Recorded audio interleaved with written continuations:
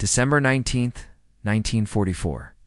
Outside the village of Noville, German Panther crews were reporting something that sounded impossible. American tanks seemed to be everywhere, materializing out of the fog, firing a single shot into a Panther's flank, then disappearing before the turret could even begin to turn. Minutes later, the same attack came from a completely different direction. German intelligence reported to divisional headquarters that they were facing a full American armored division at Noville. They were wrong.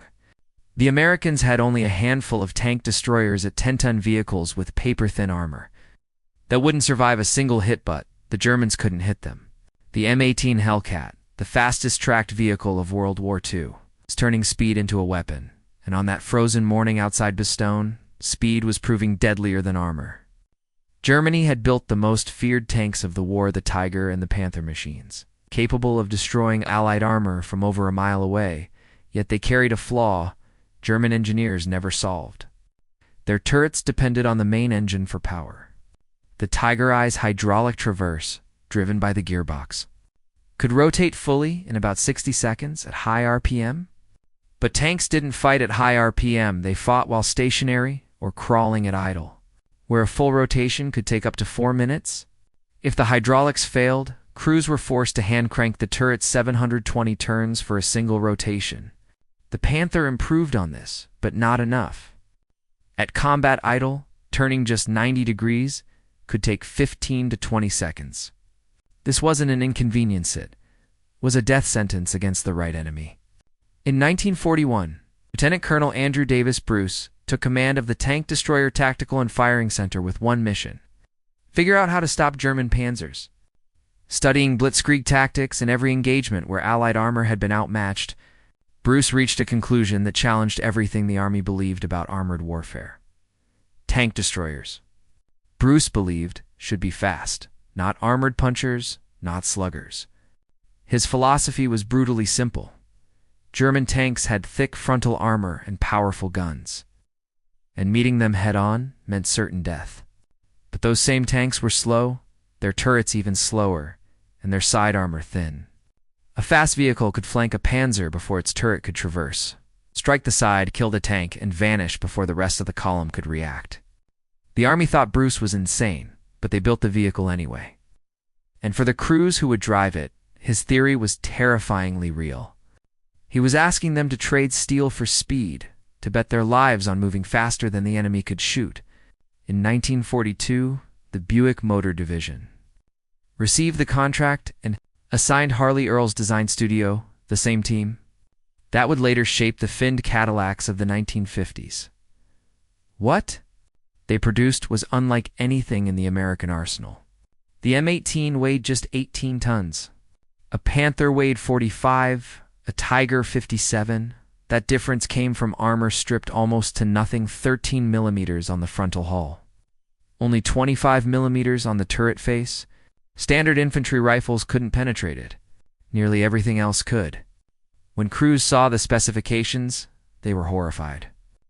13 millimeters wasn't armor, it was skin. Inside the hull, you weren't protected, only hidden. Power came from a Wright R975 radial engine, the same aircraft engine used in the Sherman, but now pushing a vehicle half the weight. The result was a top speed of 55 miles per hour, making the M18 the fastest tracked armored fighting vehicle of World War II. They named it accordingly, the Hellcat. The math told the story. At 30 miles per hour, an M18 covered 44 feet per second. In the 15 seconds a Panther needed to traverse just 90 degrees. A Hellcat could move over 600 feet, nearly 200 yards of lateral motion, enough to stay ahead of the gun barrel. German gunners faced an impossible choice: lead the target and hope it held course, or track it and watch shells land where it had been. Either way, they usually got one shot, because while the turret was turning, the Hellcat was already lining up a 76 millimeters round into the Panzer's side armor. The M18's turret was fast, but that wasn't the real advantage. The entire vehicle could reposition faster than a German turret could turn. That was the math of survival, and at Bastogne, that math would be tested.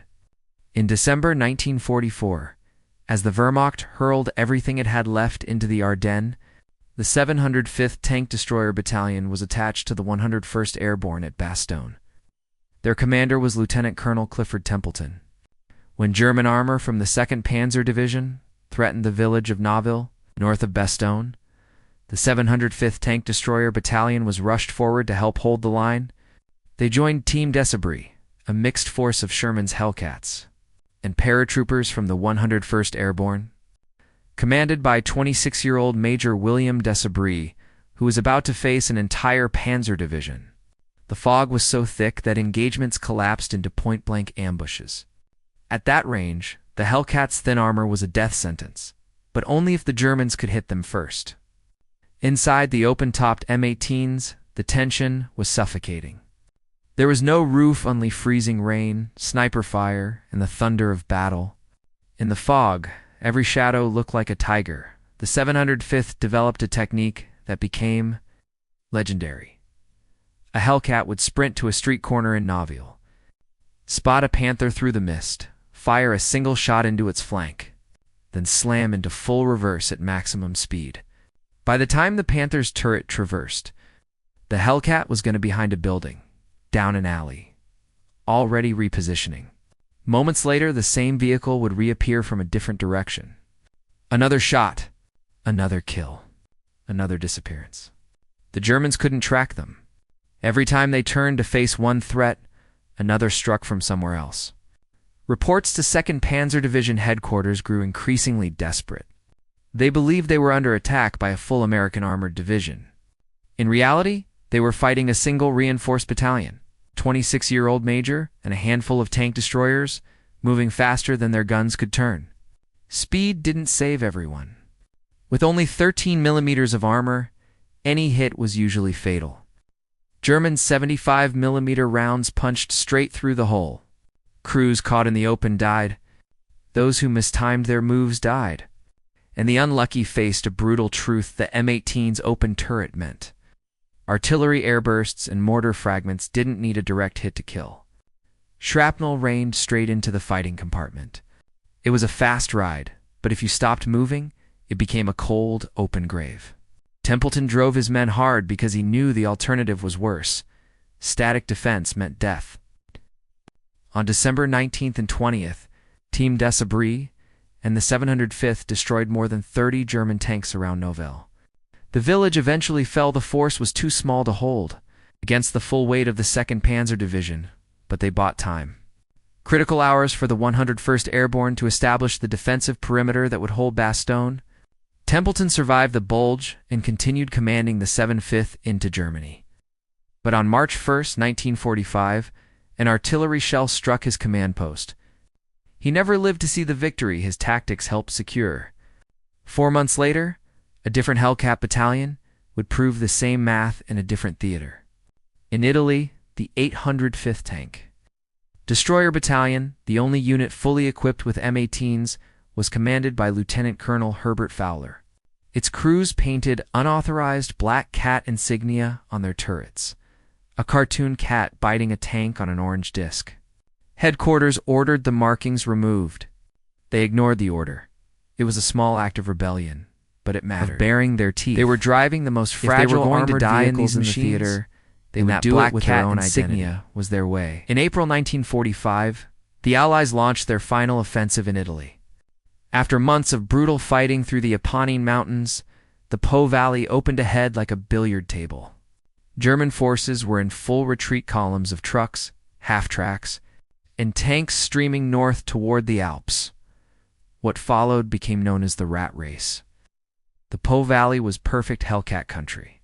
Flat, open terrain with nothing to slow them down. The 805th Tank Destroyer Battalion found itself driving not behind the retreating Germans, but alongside them. At 30 miles per hour, Hellcats would pull level with the columns and open fire. Their 76mm guns raking trucks, half-tracks, and tanks from the flank. German gunners cranked their turrets in desperation, but the geometry was hopeless. By the time a gun came around, the Hellcat that fired was already 200 yards farther down the column. It was a drive-by shooting on an armored scale. And because the 805th was the only Hellcat battalion in the entire theater, German intelligence was completely baffled. A black cat reported outside Boulogne in the morning would be sighted 50 miles north by afternoon. The pursuit moved so fast that crews couldn't even guard the prisoners they captured. They disarmed them, pointed them toward the rear, and kept moving. The adrenaline never stopped. Veterans later described the surreal nature of the chase, racing past enemy infantry too stunned to fire, the wind tearing through the open turret, the sensation of hunting rather than fighting. By the end of the war, M18 Hellcats had achieved the highest kill ratio of any American tank or tank. Destroyer 526 confirmed kills, with an exchange ratio of roughly 2.4 to 1, better than the Sherman, rivaling the heavy-hitting M10, and superior to anything else the Americans fielded. Critics argued that Hellcat crews were elite specialists who would have succeeded in any vehicle. Historian Steven Zaloga called the M18 a poorly balanced design, crediting its success to training and discipline rather than engineering.